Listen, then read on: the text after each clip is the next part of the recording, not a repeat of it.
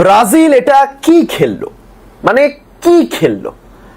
বিশ্বকাপের প্রথম ম্যাচে ব্রাজিলের থেকে এরকম পারফরমেন্স একেবারেই এক্সপেক্টেড নয়। দেখুন, বিপক্ষে মরক্কো রয়েছে, মরক্কো ভালো দল, যারা শেষ 28টা ম্যাচে অপরাজিত রয়েছে, তারা ভালো খেলবে এটাই তো স্বাভাবিক, তাই না? কিন্তু ব্রাজিল মানে বিপক্ষে যে দলই থাকুক না কেন, ব্রাজিলের থেকে তো একটা মানে একটা এক্সপেকটেশন তো থাকে যে একটু শৈল্পিক ফুটবল খেলবে, গোল দেবার তাগিদ দেখা যাবে, কিন্তু সেই জিনিসগুলো সামহাউ মিসিং।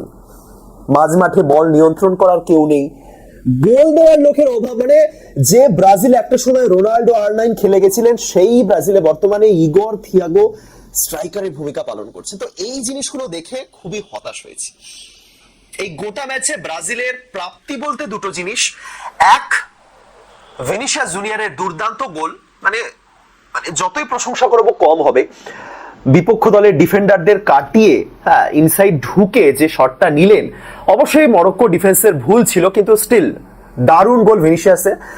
এবং দ্বিতীয় প্রাপ্তিটা হলো অ্যালিসন বেকার শেষ মুহূর্তে যে দুটো জোড়া সেভ দিলেন, ওই দুটো যদি না করতেন তাহলে হয়তো ব্রাজিল এই ম্যাচটা হেরেও যেতে পারতো। ঠিক আছে, অবশ্যই মানে বলটা ছেড়ে দিলে হয়তো গোলকিক হয়ে যেতে পারতো, বাট স্টিল ওই জায়গাতে কোনো গোলকিপারই রিস্ক নেন না, এবং প্রথমবার বলটা সেভ করার পর রিবাউন্ডে গোল হয়ে যেতে পারতো, এবং সেকেন্ড যে সেভটা করলেন যথেষ্ট ভালো ছিল। সো অ্যালিসন এবং ভিনিসিয়াস এই দুটো হলো পজিটিভ পয়েন্ট এই গোটা ম্যাচে ব্রাজিলের। কিন্তু যদি নেগেটিভ পয়েন্ট খুঁজতে বসি তাহলে তো পরের পর নেগেটিভ পয়েন্ট। মাঝমাঠ কোথায় ব্রাজিলের, কোথায় ব্রাজিলের মাঝমাঠ? মানে মরক্কো যেরকম প্রেসিং ফুটবল খেলছে, উইং বরাবর যেরকম অ্যাটাক হচ্ছে, ওই জায়গাতে ব্রাজিলের মাঝমাঠ বলে তো কিছু নেই। দুজন, আপনি যদি দু সাইডে ওই একদিকে প্রথমে কে নেমেছিলেন, কাসেমিরো, একদিকে ক্যাসেমিরো নেমেছিলেন, আর একদিকে আপনি ওইদিকে গুইমারেসকে রেখে আপনি কি করতে চাইছেন? দুজন হোল্ড মানে ডিফেন্সিভ মিডফিল্ডার রেখে বল হোল্ড করারও কোনো প্রবণতা দেখা গেল না, বরং উইং বরাবর অ্যাটাক হলো। দুই সাইড ব্যাক একেবারেই মানে ঝুল যেটাকে বলে ব্রাজিলের, সেটা। তো এভাবে আপনি মরক্কোকে আটকাবেন, এবং যদি আমি ধরে নিলাম যে মরক্কোকে আটকানো সম্ভব, অ্যাটাক তৈরি হবে কিভাবে? আপনি দুজন এরকম মানে ডিফেন্সিভ মিডের সামনে আপনি পাখুয়েতাকে রেখে দিয়েছেন, এবং জানি না রাফিনহা একেবারে অফ কালার। তো কি হচ্ছিল, মানে কি হচ্ছিল? বল অ্যাটাক তৈরি হবে কোথা থেকে? প্লে মেকার কে এই ব্রাজিল দলের? প্লে মেকারটা কে? অনেকে বলতে পারে নেইমার জুনিয়র খেলেনি। আরে নেইমার জুনিয়র খেলেনি, নেইমার জুনিয়র কি করতেন? নেইমার জুনিয়র থাকলে হয়তো গোল দেবার মানে গোলের সংখ্যা বাড়তে পারতো, উইং বরাবর বেটার অ্যাটাক হতে পারতো, কিন্তু মাঝমাঠ থেকে বল নিয়ন্ত্রণ কে করবে? ফাবিনহো নামার পর মনে হচ্ছিল যে একটু বেটার হয়তো সিচুয়েশন হচ্ছে, বাট আলটিমেটলি কিছুই হলো না। সো মাঝমাঠ ব্রাজিলের পুরো অ্যাটলিস্ট এই মরক্কোর এগেনস্টে এর থেকে অনেক বেটার মাঝমাঠ দরকার ছিল। এরপরে যদি আরো ভালো টিম আসে, যারা মাঝমাঠ থেকে ভালো মতনই অ্যাটাক তৈরি করবে, তাদের এগেনস্টে এই ব্রাজিল এই টিম নামালে কিন্তু মুশকিল। দ্বিতীয়ত, গোল দেওয়ার লোক কই? ইগর থিয়াগো অকারণে পুশ করে গেলেন একে অপরকে। দেখুন, ব্রাজিলের দলে স্ট্রাইকার মানে আপনাকে সুযোগ সন্ধানী হতে হবে। আমি রোনাল্ডো ছেড়েই দিলাম, ইভেন যদি আমি সামান্য রিচার্লিসনের কথা বলি, রিচার্লিসনও কিন্তু এর থেকে বেটার মানে ওই সুযোগ সন্ধানী ব্যাপারটা ছিল। ইগর থিয়াগো একটাই সুযোগ পেলেন, হঠাৎ করে পেয়ে গেছিলেন, তাও সেই শটটা তিনি র্যান্ডম একটা মেরে দিলেন। তো এই জায়গাতে বেটার কিছু দরকার। মানে রাফিনহা যখন অফ কালার, তখন প্ল্যান বির কথা ভাবা উচিত ছিল। ইভেন লাস্টে যে ওই লাস্ট যে সাবস্টিটিউটটা করলো ব্রাজিল, আমি অ্যাকচুয়ালি এক্সপেক্ট করেছিলাম রাফিনহা যেহেতু পারছেন না, হচ্ছে না, রাফিনহা না ঠিকঠাক টাচ হচ্ছে না, ঠিকঠাক ক্রস তুলতে পারছেন, হচ্ছে না, পজিশনও তার সুইচ করা হয়েছিল পাকুয়েতার সাথে, কিন্তু হলো না। তো আমি লাস্ট মুহূর্তে ভেবেছিলাম যে হয়তো এই জায়গাতে আর এনরিককে নামানো যেতে পারে, বা কিছু একটা অপশন ট্রাই করা যেতে পারে। ম্যাথিয়াস কুনহা নামানোর পর স্টিল মনে হচ্ছিল অ্যাটাকটা বাড়তে পারে, কিন্তু যখন দেখলাম যে লাস্ট মোমেন্টে ওই রাফিনহাকে কন্টিনিউ করে ডিফেন্সিভ মিডফিল্ডার সরিয়ে গুইমারেসকে সরিয়ে আরেকজনকে নামানো হলো, ডানিলো, তখন বুঝলাম যে না, গোল দেওয়ার ইচ্ছে বা ওইদিকে জেতার ইচ্ছেটা হয়তো কোচের মধ্যে এই মুহূর্তে নেই। মানে ডিসঅ্যাপয়েন্টেড, ট্রোল টোল কিছু করছি না, ডিসঅ্যাপয়েন্টেড যাকে বলে। এবং মানে আমি জানি না কি বলবো।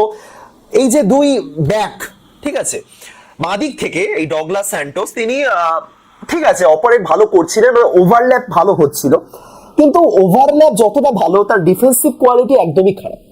আপনি দেখুন, বারবার ব্রাহিম দিয়াজের দিক থেকে অ্যাটাক হচ্ছিল ফার্স্ট হাফে, ঠিক আছে, সেকেন্ড হাফে শুরুতে দেখা গেল তাকে বসিয়ে দেওয়া হলো, ঠিক আছে, এবং তখন আবার বাঁদিক থেকে অ্যাটাক শুরু করলো মরক্কো। সুতরাং দুই উইংকে যেভাবে সচল রেখেছে মরক্কো, আমি মরক্কো ছেড়ে দিলাম, এরপরে যদি একটা বিগ টিম আসে যাদের উইং ভালো, বুঝতে পারছেন কি হতে চলেছে।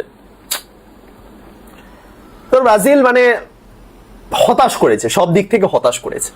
ভিনিসিয়াস জুনিয়র মানে খুবই ভালো খেলেছেন, বিশেষ করে বাঁদিক থেকে যে অ্যাটাক গুলো প্রথম দিকে মনে হলো যে রাফিনহা ঠিকঠাক রয়েছে, রাফিনহা যে একটা ভালো পাস বাড়িয়েছিলেন ভিনিসিয়াসকে, একদম ডিফেন্স সেরা পাস যেটাকে বলে, ভিনিসিয়াস নিজেও বললেন, থামস আপ দিলেন।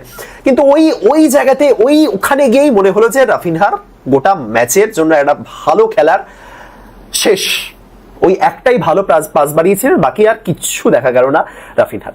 ভিনিসিয়াস জুনিয়র খুবই ভালো খেলেছেন, বাদিক থেকে দারুণ অপারেট করেছেন, এবং এইরকম জায়গাতে অ্যাকচুয়ালি মনে হয় যে নেইমারের মতন কাউকে দরকার, যিনি ওই জায়গাটা মানে ধরতে পারবেন। এই লুকাস পাকুয়েতা যদি ফর্মে থাকতেন না, তাহলে ধরে নিতেন ওই জায়গাতে ভিনিসিয়াসের সাথে তার একটা ভালো বিল্ড আপ তৈরি হতো, দুজনে মিলে ভালো জায়গাতে একটা কি বলবো মানে কি করবে, মানে একই সাথে যদি 3-4টে ভালো প্লেয়ার, ভরসাযোগ্য প্লেয়ার অফ কালার থাকে, লুকাস পাকুয়েতা এবং তার সাথে রাফিনহা, দুখানা প্লেয়ার যাদের উপর মানে প্রচুর আশা ছিল, তারা একেবারেই। মার্কুইনাস এবং গ্যাব্রিয়েল ডিফেন্স ঠিকঠাক করেছেন, মানে কি বলবো, মরক্কোর এগেস্টে যখন ব্রাজিলের দুজন সেন্টার ব্যাককে অ্যাকচুয়ালি দায়িত্ব নিয়ে ডিফেন্স করতে হয় এবং তারা ভালো খেলেন এবং তাদেরকে বেশ অনেক ক্ষেত্রেই বলের সঙ্গে দেখা যায়, তখন বুঝতেই হবে যে মরক্কো জাস্ট ওভারটেক করে গেছে। বল পজিশন ব্রাজিলের বেশি ছিল, কিন্তু অ্যাটাকের দিক থেকে মরক্কো অনেক বেশি সাবলীল ছিল। ব্রাজিলের ম্যাক্সিমাম অ্যাটাক বাঁ দিক থেকে হয়েছে, এবং ডান দিক থেকে রাফিনহার অ্যাটাকগুলো তৈরি হচ্ছিল না, এটাই হলো সবচেয়ে বড় সমস্যা। আপনি দেখুন ভিনিসিয়াসের বাদিক থেকে যে অ্যাটাকগুলো ভিনিসিয়াস মিস করেছেন অনেক ক্ষেত্রে, মানে ভিনিসিয়াস ওই নিজের স্কিল দেখাতে গিয়ে অনেক ক্ষেত্রে আটকে গেছেন ডিফেন্সের কাছে, কিন্তু অ্যাটলিস্ট মনে হয়েছে যে বাদিক থেকে অ্যাটাক তৈরি হচ্ছে। কিন্তু ডান দিক থেকে রাফিনা মাঝে মাঝে বল রিলিজ করছিলেন, কিন্তু সেগুলো মানে কি বলবো, ওই থিয়াগোর মাথায় এসে পৌঁছাচ্ছিল না বা কিছুই হচ্ছিল না। সুতরাং এই জায়গাতেই বারবার ব্রাজিলের ডান দিকটা পুরো অফ কালার, ব্রাজিলের ডান দিক আজকে। পাকুয়েতাও তিনি ডান দিকে একটু সরে এসেছিলেন, কিন্তু কিছুই হলো না। এবং ক্যাসেমিরো এবং গুইমারেস, যেটা বললাম, ক্যাসেমিরোকেও প্রায় খুঁজেই পাওয়া যায়নি, মানে ওই যতটুকু হয় আর কি, মানে প্লে মেকারের যে ভূমিকাটা সেটা তো কেউ করতে পারছিলেন না। সুতরাং ডিফেন্সিভ মিডফিল্ডার দিয়ে কি বা হবে, ক্যাসেমিরোকে বসিয়ে নেওয়া হলো, পরে ফাবিনহোকে আনা হলো। ফাবিনহো কি অ্যাটাক তৈরি করবেন, বরং ফাবিনহো আসার পর ব্রাহিম দিয়াজের ওই জায়গাটা কিছুটা বন্ধ হয়ে গিয়েছিল, এটা ঠিক মানতে হচ্ছে, কিন্তু তারপরে ঠিক সেই মুহূর্তে তারা অ্যাটাকটা সুইচ করে দিল, বাদিক থেকে অ্যাটাক শুরু হলো। তো এই হলো সিচুয়েশন। মরক্কোর কাছে সব প্ল্যান ছিল, plan A plan B, unfortunately ব্রাজিলের কাছে কিছুই ছিল না। অ্যাটলিস্ট গোল তো আরো দেওয়া উচিত ছিল। এই পারফরমেন্স নিয়ে হবে না, ফ্যাক্ট এটাই। মানে রাত জেগে একটা ম্যাচ দেখার পর, দেখুন অনেকেই আছেন যারা সারা বছর ধরে ফুটবল দেখেন না, যাদেরকে সিজনাল ফ্যান বলা হয়, তো তারা দিনের শেষে ব্রাজিলের একটা ভালো ম্যাচ দেখার জন্যই অপেক্ষা করে থাকেন, রাত জেগে থাকেন। এখন 5:30 বাজে, মানে আমি ঘুম চোখে, আমি নিজেও জানি না কি বলছি, ঠিক বলছি ভুল বলছি, কোন প্লেয়ারের কি নাম বলে ফেলছি, জাস্ট ভিডিওটা শেষ হবে আপলোড করবো, ঘুমাবো।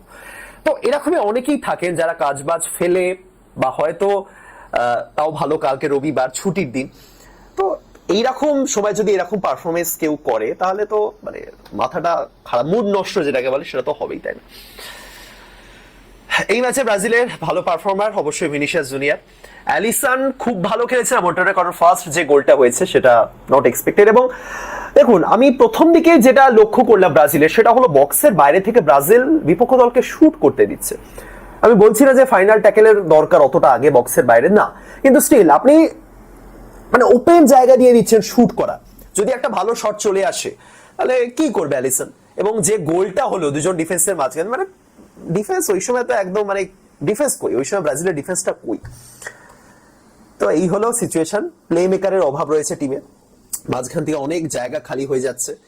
অ্যাটাক তা সত্ত্বেও মানে মাঝ মাঠে সেরকম প্লে মেকার নেই, তার সত্ত্বেও উইং বরাবর অ্যাটাক হতে পারতো, যেটা ভিনিসিয়াস তৈরি করছিলেন।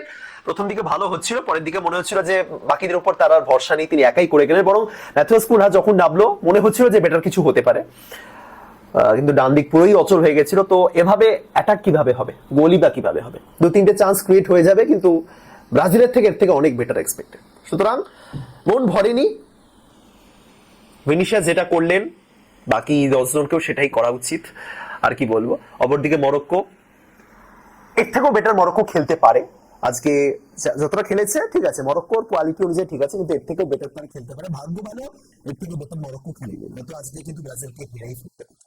যাই হোক, 1-1, ব্রাজিলকে নেক্সট ম্যাচে কামব্যাক করতে হবে, আরো ভালো খেলতে হবে। দেখুন, খেলার ফলাফল আলাদা জিনিস, কিন্তু কতটা ভালো খেলছি সেটা আলাদা। তো সেই জায়গাতে ব্রাজিল আজকে পাস মার্কস কুড়িয়েছে, কিন্তু লেটার মার্কস পেয়ে উতরাতে পারে। Better luck next time.